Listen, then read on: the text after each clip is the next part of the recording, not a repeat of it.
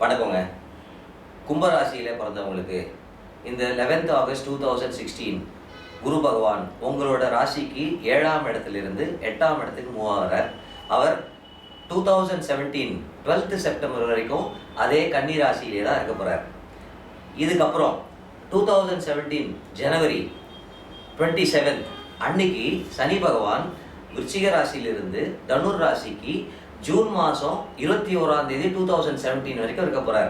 அப்போது உங்களுக்கு இந்த குரு பெயர்ச்சி ஒரு வருஷம் எப்படி இருக்கும் அப்படின்னு நான் சொல்லணும்னா, ஃபஸ்ட்டு 11th ஆகஸ்ட்லேருந்து ஜனவரி 27 வரைக்கும் உங்களுக்கு பலன் எப்படி இருக்கும். அதுக்கப்புறம் சனி வேற மாறுறாரு இல்லையா, ஜூன் மாதம் வரைக்கும் அந்த தனுசில் இருக்க போகிறார்.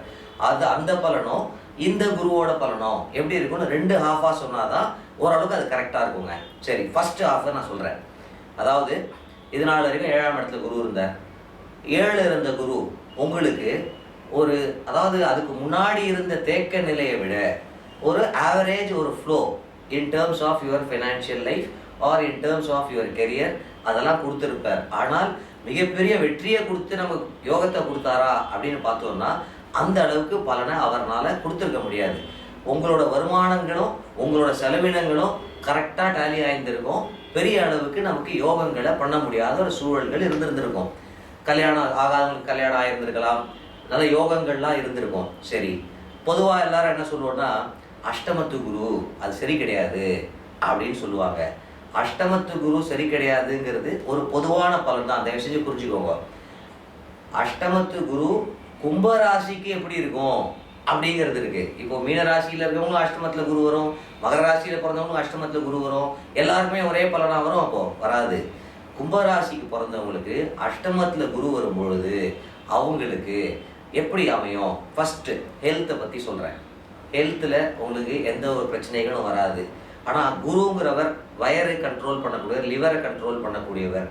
அதனால் நீங்கள் உங்களோட ஃபுட் ஹேபிட்ஸ் க்ளீனாக அந்தந்த டைமுக்கு சாப்பிட்டு அதை மெயின்டைன் பண்ணாலே வேறு எந்த ஒரு ப்ராப்ளமும் அவர் கொடுக்க மாட்டார். அதுக்கு அடுத்தது எஜுகேஷன். நான் படிச்சுட்டு இருக்கேன் அப்படின்னா எந்த தடையும் இல்லாமல் டெஃபினட்டாக நீங்கள் படிப்பை கம்ப்ளீட் பண்ணுவீங்க. ஆர் ஹையர் எஜுகேஷன் பண்ணணும்னு நினச்சாலும் கண்டிப்பாக அது நல்லபடியாக நடக்கும். ஏன் இதை சொல்கிறேன்னா, அதாவது 2ஆம் இடம் 4ஆம் இடம் அப்படிங்கிறது ஒருத்தரோட ஃபினான்ஷியல் பொசிஷன், எஜுகேஷன் எல்லாத்தையுமே சொல்லக்கூடியது. இந்த குரு பகவான் என்ன பண்ணுறார், 8ஆம் இடத்துல உட்காந்துட்டு அவரோட வீடு 2ஆம் இடம், அது இல்லாமல் 4ஆம் இடம் உங்கள் ராசிக்கு பார்க்கும் பொழுது எஜுகேஷன் மட்டும் உங்களுக்கு சக்ஸஸ் கொடுக்க மாட்டார். 2ஆம் இடம்ங்கிறது தனஸ்தானமும் கூட. அப்போது ஃபினான்ஷியலி ஒரு மிகப்பெரிய ஒரு ராஜயோகத்தை நீங்கள் நிச்சயம் பார்ப்பீங்க. 8ல் குரு அப்படிலாம் பயப்படாதீங்க, அவர் உங்களுக்கு கண்டிப்பாக நல்லதான் பண்ணுவார்.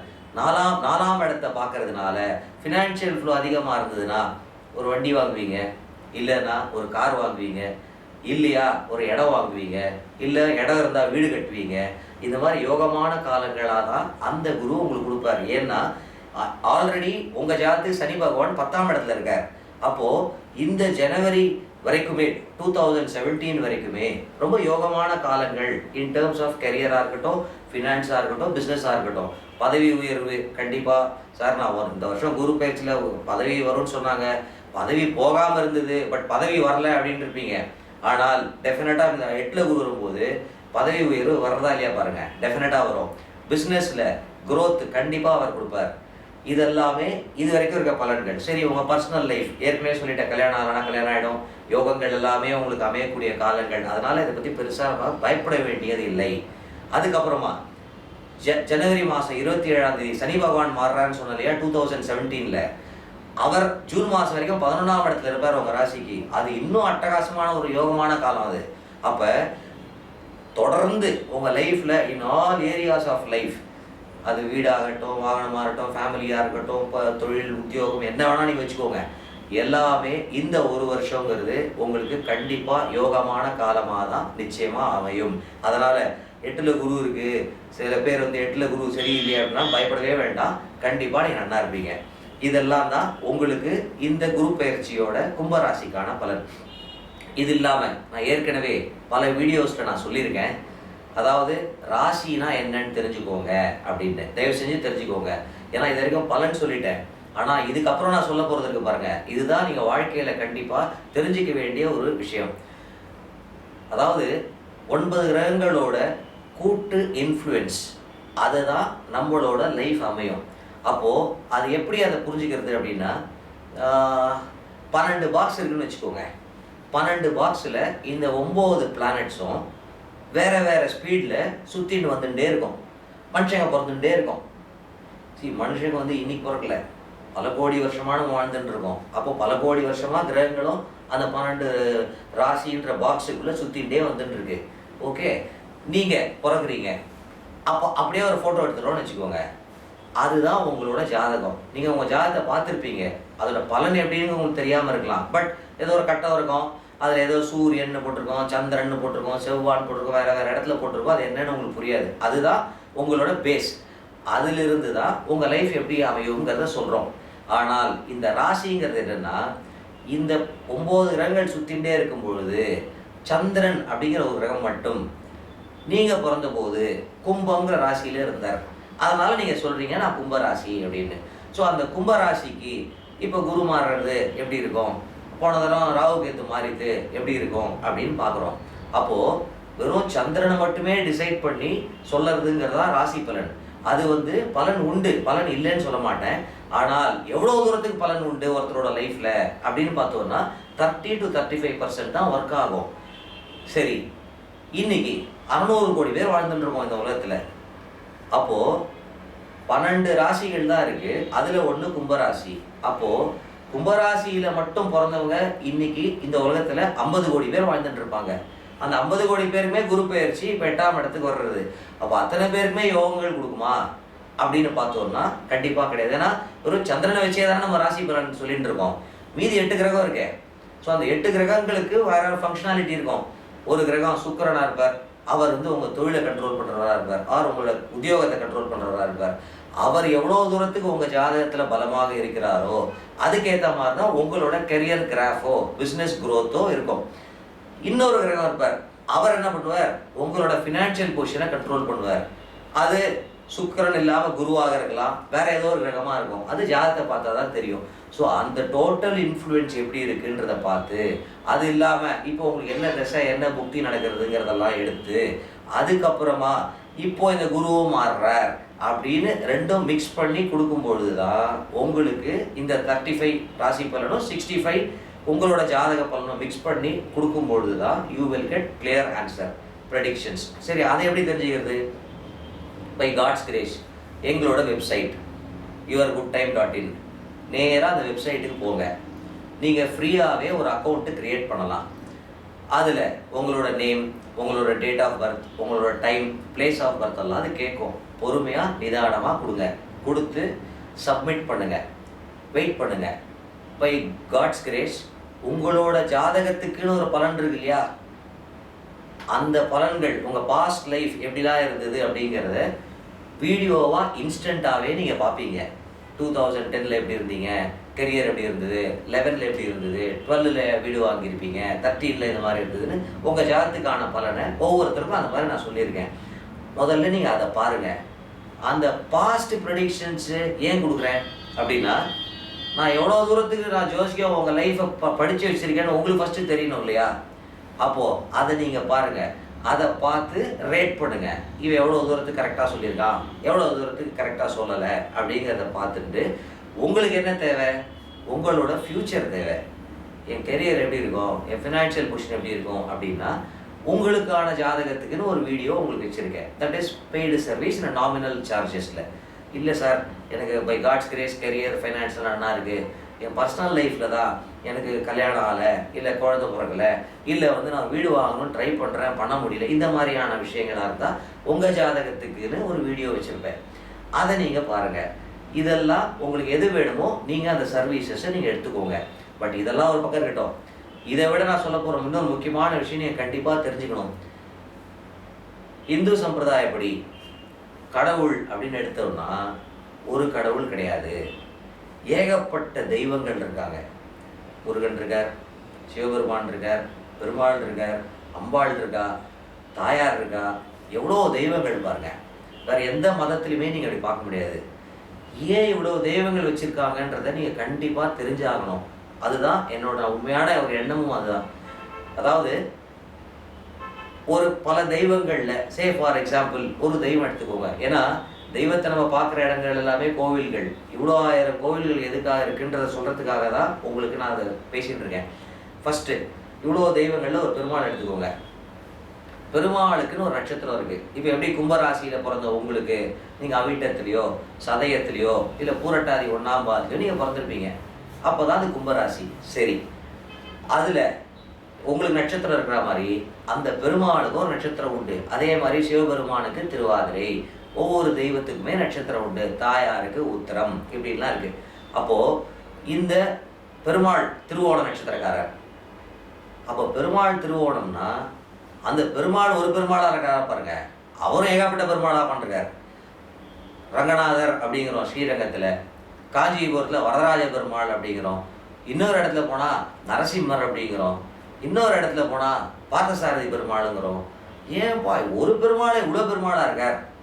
அந்தந்த காலங்களில் அந்தந்த அவதாரம் எடுத்திருக்கார், அந்த சாநியத்தில் இருக்குங்கிறதெல்லாம் விஷயங்கள். ரொம்ப டீட்டெயில்டாக போகிறோம்ல, சிம்பிளாக சொல்லிடுறேன் அப்போ தான் உங்களுக்கு புரியணுங்கிறதுக்காக. அப்போது ஸ்ரீரங்கத்தில் இருக்கிற ரங்கநாதரும் பெருமாள் தானே, அவரும் திருவோண நட்சத்திரமாக தானே இருக்கணும். ஆனால் அங்கே போய் கேட்டு பாருங்க, பெருமாள் இங்கே திருவோணம் கிடையாது ரேவதின்னு சொல்லுவாள். சரி, காஞ்சிபுரத்தில் வரதராஜர்னு ஒரு பெருமாள் இருக்கார். அவர் என்ன நட்சத்திரம்னு பார்த்தோம்னா ரேவதி கிடையாது, அவர் அஸ்தம். இந்த மாதிரி ஒவ்வொரு பெருமாளும் வேறு வேறு நட்சத்திரத்தில் இருப்பார். எப்படி அது மாதிரி மாறி அமையிறது? இப்போ நீங்கள் இந்தியாவில் இருந்தாலும் சரி, நீங்கள் அமெரிக்காவில் இருந்தாலும் சரி, நீங்கள் சதய நட்சத்திரம், நீங்கள் எங்கே போனாலும் சதய நட்சத்திரம் தானே இல்லையா? ஆனால் அவர் மட்டும் எப்படி மாறுறார் அப்படின்னா, ஃபஸ்ட்டு அந்த நட்சத்திரம் அந்த கோவிலில் இருக்க பெருமாளுக்கு இருக்குது. அப்போ அந்த கோவிலை எப்படி கட்டுறாங்க அப்படிங்கிறத நம்ம தெரிஞ்சுட்டாதான் நமக்கு இதோட உண்மையே புரியும். கோவில்களை ஏன் கட்டினாங்க? ஃபஸ்ட்டு அந்த காலத்து ராஜாக்கள் கட்டினான். அவன் நாட்டை ஆள்றதை விட்டுட்டு கோவில் கட்டுறதையே ஒரு பெரிய வேலையாக வச்சுட்டு இருந்திருப்பான். எதுக்காக அவர் பண்ணுறார் நம்ம யோசிப்போம் அதை. ஆனால் உண்மை என்னன்னா, இப்போ உங்களோட ஜாதகம் இருக்கு இல்லையா, அதே மாதிரி ஜாதகம். ஏன்னா என்ன இருந்தாலும் அந்த 12 பாக்ஸ்குள்ளே தானே சுற்றுறது 9 கிரகமும். பர்முடேஷன் காம்பினேஷன் நீங்கள் போட்டு பாருங்கள். எப்படி பார்த்தாலும் ஒரு 2000 வருஷத்துக்கு முன்னாடி உங்கள் ஜாதகம் மாதிரியே ஒரு ஜாதகம் கிரகநிலை இருந்திருக்கும். அன்றைக்கும் மனுஷன் வாழ்ந்துட்டு இருந்தாங்க. அன்றைக்கி வாழ்ந்தவர் ஒரு ராஜான்னு வச்சுப்போம். அன்றைக்கும் என்ன மாதிரி ஜோதிடர்கள் வாழ்ந்துட்டு இருந்தாங்க. என்ன மாதிரினே சொல்லக்கூடாது, அவர்கள்லாம் ஜோதிடர்களே சொல்லக்கூடாது. அவர்களெல்லாம் தான் ஞானிகள், அவர்களெல்லாம் தான் சித்தர்கள், அவர்களெல்லாம் மகரிஷிகள். அவங்க ஞானத்திலையும் தவ வலிமையிலையும் தெய்வானுகிரகத்தினாலையும் அவங்க கண்டுபிடிச்சி, இதுக்கப்புறமா எத்தனையோ 1000 வருஷமாக மக்கள் வரப்போகிறா, அவன்லாம் கஷ்டப்படுவானே, அவனுக்கு உபாயம் பண்ணணும்னு அவங்க லைஃப்பை தியாகம் பண்ணி நமக்கு பண்ணி கொடுத்து இந்த ஜோசியம் எல்லாமே கொடுத்தது. அதிலிருந்து தான் என்ன மாதிரி ஜோசியர்கள்லாம் நம்ம படிக்கிறோம், படித்தவங்க சொல்கிறோமே தவிர நம்ம எதுவும் புதுசாக கண்டுபிடிக்கவே முடியாது. ஏன்னா அவங்க லெவலுக்கு நம்மளால் போகவே முடியாது. அப்போ அந்த காலத்தில் இருந்த அவங்களாம் என்ன பண்ணுவாங்கன்னா, உங்கள் ஜாதகத்தில் ஒரு கஷ்ட காலம் வர மாதிரி அவருக்கும் வந்திருக்கும் இல்லையா.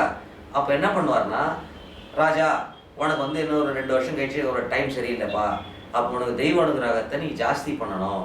அப்போ அதிகப்படுத்தணும்னா தெய்வம் இருக்கிற இடத்துல நீ உன்னோட செயல், உன்னோட கான்ட்ரிபியூஷன் நீ கொடுக்கணும். அப்போது உனக்கு இவ்வளோ பெருமாள்ல இந்த பெருமாள் தான் ரங்கநாதர் தான், ஃபார் எக்ஸாம்பிள் வச்சுப்போம், அவர் தான் உனக்கு யோகத்தை கொடுப்பார். அப்போது அந்த ரங்கநாத பெருமாள் கோவிலை கட்டுன்னு சொல்லுவார். இல்லைன்னா ஏற்கனவே இருக்கிற ரங்கநாதர் கோவிலை புனர் நிர்மாணம் பண்ணி கும்பாபிஷேகம் பண்ணுன்னு சொல்லுவார். உடனே அவர் பண்ணுவார். அப்படி அந்த அமைப்பு எப்படி இருக்குன்னா, உங்கள் ஜாதகத்தில் இருக்கக்கூடிய கிரக தோஷங்களை நீக்கிற அளவுக்கு சக்தி இருக்கிற மாதிரி அந்த பெருமானும் அந்த கோவிலில் இருக்க எல்லா தெய்வங்களுமே இருக்கும். அதனால தான் நீங்கள் பார்த்தீங்கன்னா ஒரு பெருமாள் எடுத்துட்டீங்கன்னாலும் ஒரே ஸ்டாண்டர்ட் சைஸில் கிடையாது பாருங்கள். ஒரு பெருமாள் ஹைட்டாக இருப்பார், ஒரு பெருமாள் குள்ளமாக இருப்பார், இன்னொரு பெருமாள் படுத்துட்டு இருப்பார், இன்னொரு பெருமாள் நடந்துட்டு இருப்பார், உலகளந்த பெருமாளா. சரி, கர்ப்பகிரகம் பாருங்கள், கர்ப்பகிரகமும் ஸ்டாண்டர்ட் சைஸ் இருக்காது. ஒன்று சின்னதாக இருக்கும், இன்னொன்று பெருசாக இருக்கும். இது எல்லாமே அந்த ஜாதகத்தை பொறுத்தும், அந்த ஜாதகரோட நட்சத்திரத்தை பொறுத்தும், எந்த கிரகங்கள் எங்கெங்கே இருக்குன்றதை பொறுத்தும் அந்த மாதிரி அவங்க அமைச்சாங்க. அதனால தான் இன்னைக்கு நம்ம தமிழ்நாட்டிலேயே பாருங்கள், ஏகப்பட்ட பல ஆயிரம் பெருமாள் கோவில்கள் இருக்குது, பல ஆயிரம் சிவன் கோவில்கள் இருக்குது, முருகன் கோவில்கள் இருக்குது. அப்படிலாம் இல்லைப்பா, எல்லாமே திருப்பதி தான் ஹெட் குவார்ட்டர்ஸு, இன்னும் அந்த மற்ற கோவில்லாம் கிடையாதுன்னு சொல்லாமே. ஏன்னா நம்ம முன்னோர்களுக்கு எல்லா விஷயங்களும் தெரியும்.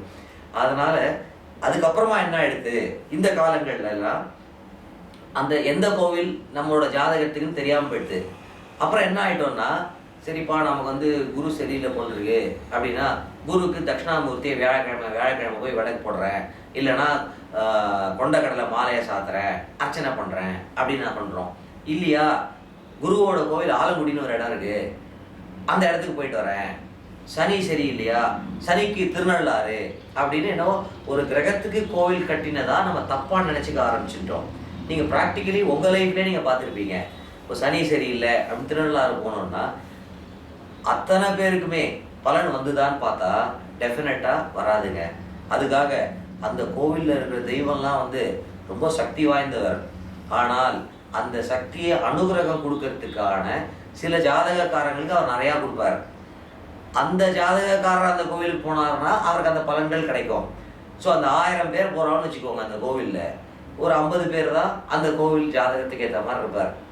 மீதி 950 பேர் இருக்கா பாருங்க, அவங்களுக்கு அந்த அளவுக்கு பலன்கள் கிடைக்காது. உடனே வேறு இடங்கள் போகிறோம், கடைசியில் என்ன ஆகிடுறோம், இந்த கடவுள்லாம் போகிறோம், பூஜைலாம் பண்ணுறோம், எதுவுமே நடக்கலையே அப்படிங்கிற அளவுக்கு நம்ம தப்பாக நினைக்கிறோம். ஆக்சுவலி கடவுள் இருக்கிறது உண்மை, அவர் கொடுக்குற யோகங்களும் உண்மை. நம்ம கரெக்டான வழி நம்ம கிடைக்காததுனால நம்ம கஷ்டப்படுறோமே தவிர கடவுள் சரியில்லை, பலன் இல்லைன்னு நம்ம ஒரு நாளும் நினச்சிக்காதீங்க. உங்கள் ஜாதகத்துக்கு எந்த கோவில் அப்படிங்கிறதும் எங்களோட வெப்சைட்டில் நீங்கள் ரெமெடி அப்படின்ல பார்த்தீங்கன்னா நீங்கள் தெரிஞ்சுக்கலாம். நீங்கள் எல்லாருமே உங்கள் ஜாதகத்துக்கான கோவில் எதுன்னு தெரிஞ்சுக்கணுங்கிறதுக்காக தான் இதெல்லாம் நான் உங்களை சொல்லிட்டு இருக்கேன். நன்றி, வணக்கம்.